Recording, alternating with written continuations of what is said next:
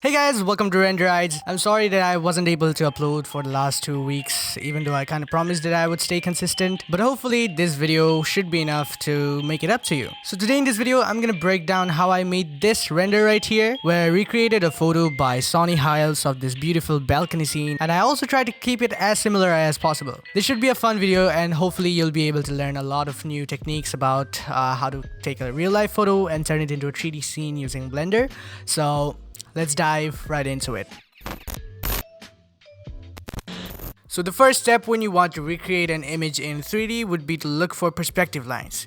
Basically what I mean by this is try to look for an image that at least has two axes clearly visible in the extreme sides of each other. So in this example that I have right here, we have the y-axis visible very well on the top of the image right here and also at the bottom of the image. We can also find the z-axis and even the x-axis to some degree here, so this is a good image to start off with, which won't cause us any headaches in the future when we're trying to line up the camera in Blender as close to what it looks like in the picture. To make things simpler, we're going to use a software called F-Spy. It's pretty popular, so you might have heard about it in many videos, including Blender Guru's video about recreating a shot from Gone Girl. So after you download F-Spy, the link to which is given in the description, open it up and open the image that we're going to be recreating. This software will help us find out the important properties of the camera that was used to shoot this image and also help us line up the rotation and the position of our 3D camera. After you load up your image, just try to line up the axes given here with the help of the clues in your image. For my scene, I used the Z and the Y axis and lined them up like so. One very important tip that I could give you is that you try to keep these lines at the extreme edges of the image. This will help the software guess the perspective much better. So I keep my lines pretty far away from each other as well, mainly lining up the y-axis to the roof and the floor and the z-axis to the window frame and the brick wall here. To check if you have done a good job and to look for distortions, I'd recommend that you use the box option as the 3D guide and make sure that each of the edges of the box line up with the photo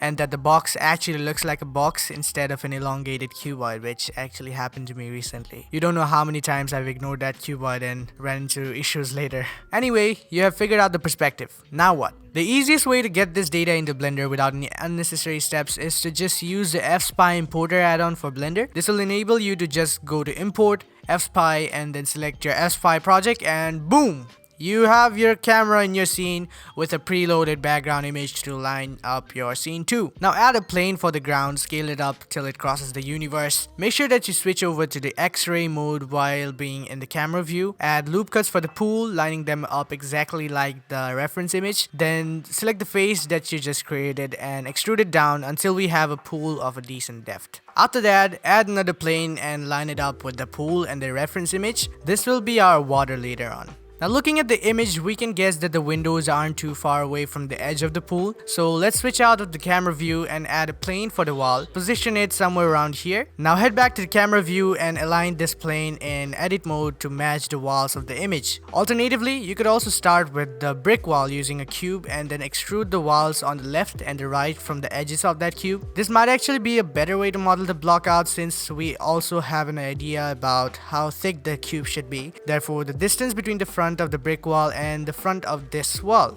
Extrude the top of the walls to get a ceiling and you're basically done with the first block out. Now let's go to edit mode with this brick wall selected and add in loop cuts for the indent that we see right here in the reference image. The reason why we're using loop cuts and not booleans is because we need somewhat of a good topology here because we're going to be using displacement on this wall later on. After you add the shape, just select this inside face, hit Ctrl plus on the numpad to select the adjacent faces. Then we're going to hit Y to kind of cut it out from the rest of the mesh and then hit P, selection. This will make it a new object that we can later on keep aside when we are doing our displacement because this shape doesn't really need a displacement from the bricks as given in the reference. Now for the window cutouts, we are going to use a cube of this size and cut it out from the wall using a boolean operation. So you just add a boolean modifier on the wall from which you want to cut and then select the object using this eyedropper tool that you're using to cut out from the wall, which in this case is this newly created cube. Great! Now make the window frames by adding a cube and matching it to the reference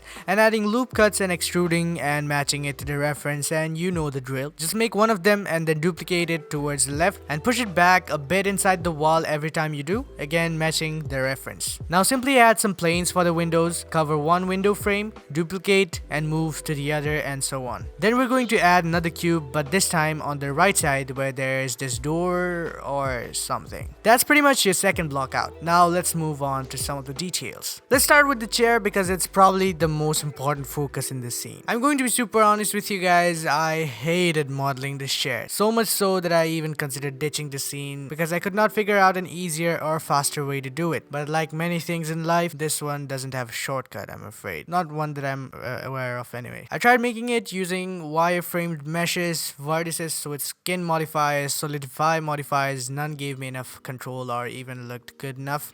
So I had to take the long route, modeling them using curves. I started out from the middle one, got the base shape done, then I duplicated it and changed the angles up, shrank it down, tweaked the handles of the curves and did a lot of fiddly stuff that I can't bother going into details about. But just make sure that you make one side look as good as you can and have the patience for, and then select all of these longer curves except the middle one, then duplicate them and scale them in the y-axis by -1. This will sort of mirror them over to the other side, and then for the rest of the ones that are ending at the second circle, just add a mirror modifier and use an empty object in the middle of the scene as the mirror object. The rest of the stuff on this chair is pretty simple.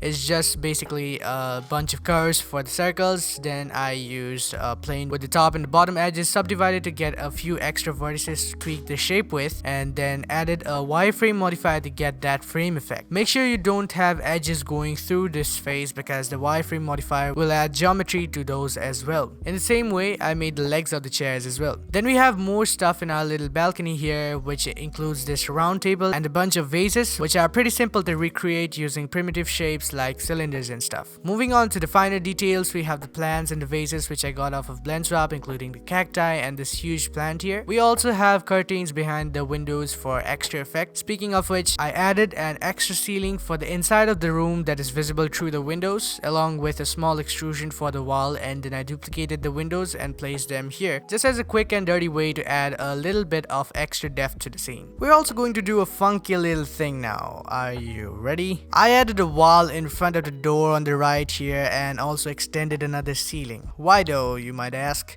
Well then I say, you absolute dumbo, it's for blocking out the lights from our HDRI map.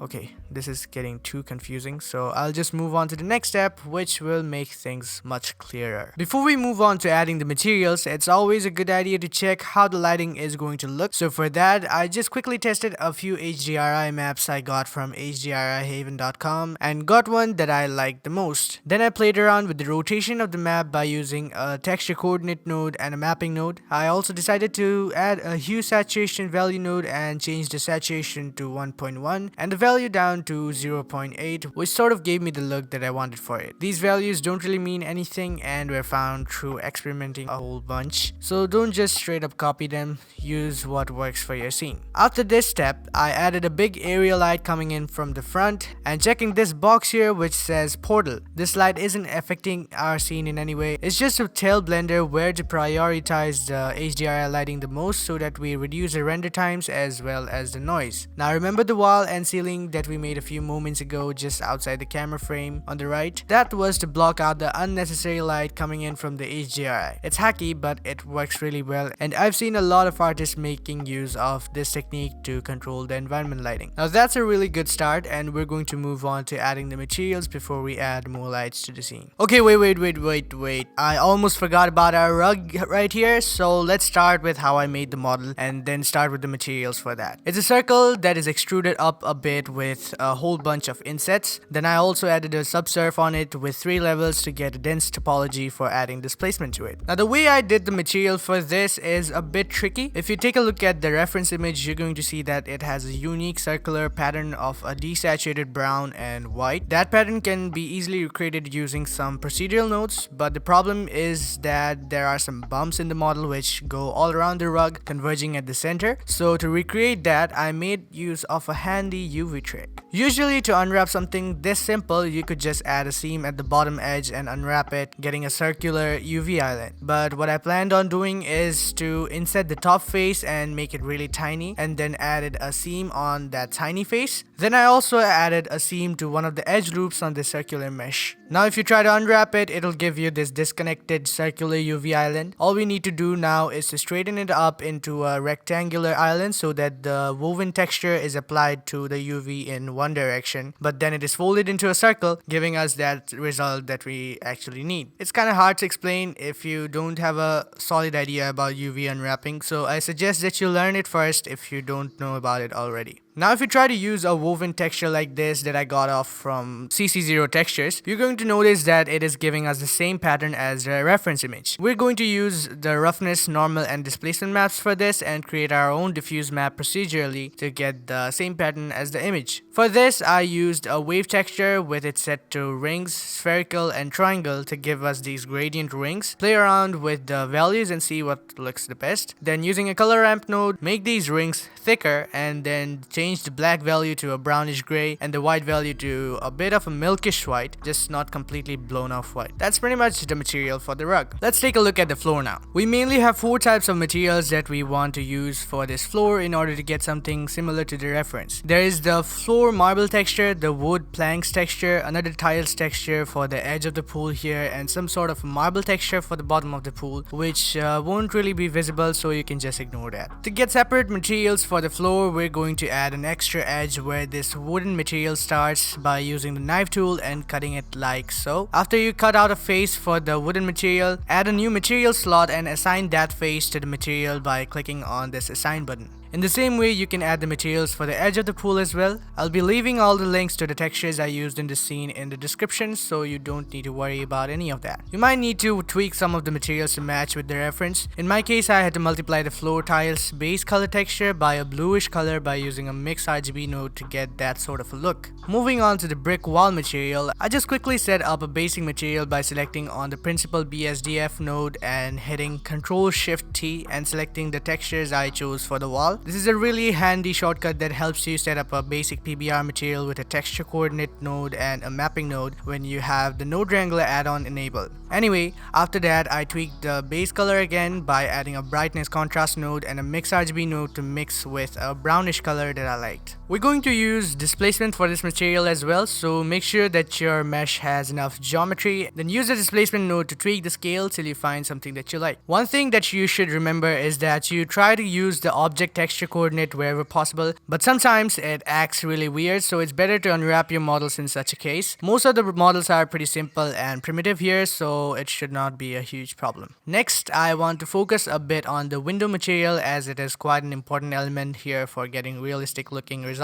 I kept the principal shader because it has all the stuff that you need to set up a basic glass material. Let's turn down the roughness to 0 to get a shiny material. The most important settings that you want to keep in mind here is the IOR value and the transmission value. The problem I had with just using the IOR value is that it kept clipping off my refractions in the glass in an abrupt way unless the value was extremely close to 1. The IOR value for glass is actually considered to be 1.33, but I went with 1.15 and set the transmission to 0.85 to get somewhat of a realistic glass, and I also eliminate that weird artifact I was talking about that I was getting with the actual IOR value of glass. It's a weird workaround for sure that I found while experimenting, but hopefully it looks just fine. After that, it's just a matter of applying materials to the rest of the objects in the scene and trying to keep it similar to the reference. Try to reuse the same textures wherever possible to save time and memory. Now for the secondary lighting, I have another area light coming in from the front area, roughly pointing at the chair with an intensity of 1000 watt. I decided to also use a bigger area lamp coming from the extreme right side for some extra illumination and specular highlights on the objects, and to also get these shadows from the chair matching the reference image. It also casts a nice little shine on the windows that I really liked as well. I set the intensity to 2000 watts and made it a bit bigger so that the light is a bit softer but also has the same amount of power as the previous light.